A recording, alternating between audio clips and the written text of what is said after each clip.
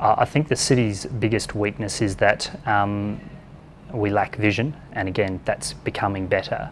But what typically happens is that when we see something, we embrace it and we'll pursue it, but we're very hesitant to adopt new things until we've seen them. So, the examples are high design. You look at Melbourne. Melbourne seems very receptive to, high design values, quality buildings, enhancing everyone around them.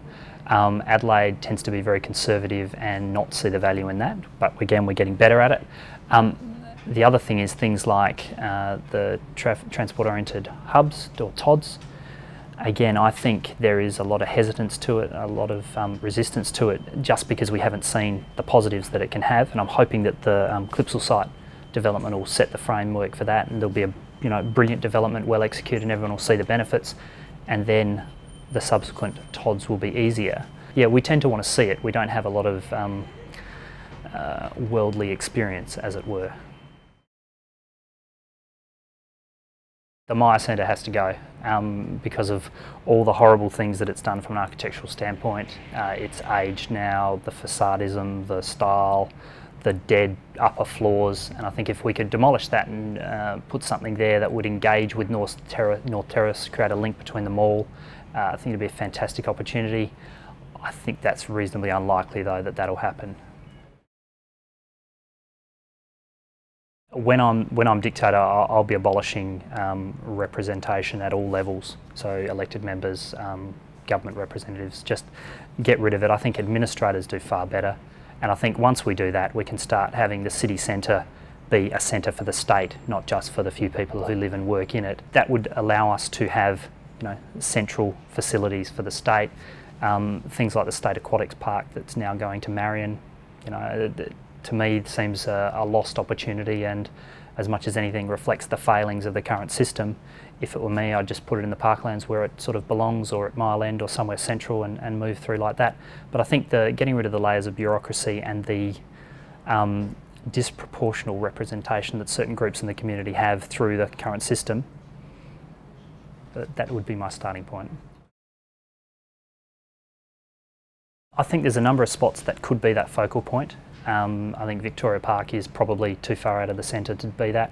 Victoria Square, I tend to think until you take the cars out of the city and make that square more accessible, it's never going to be that focal point. And I think the big opportunity is the one that's being explored at the moment, which is the Riverbank precinct.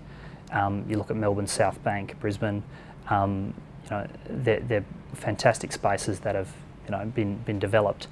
Ours is closer to town, ours is a better spot, I would argue, and has a more direct engagement with where most people are in the city. So I think if we can get that right, get our engagement with the river, the Adelaide Oval, the new hospital precinct, the university precincts in both directions, and just that permeability through the city, that will become our hub. Whether or not within that space we get a Fed Square or a town square, I think time will tell, and the master plan that's going out will probably find that. But I think that's the potential to be the heart of Adelaide. I think it comes back to, again, there is a disproportionate representation by people in the community.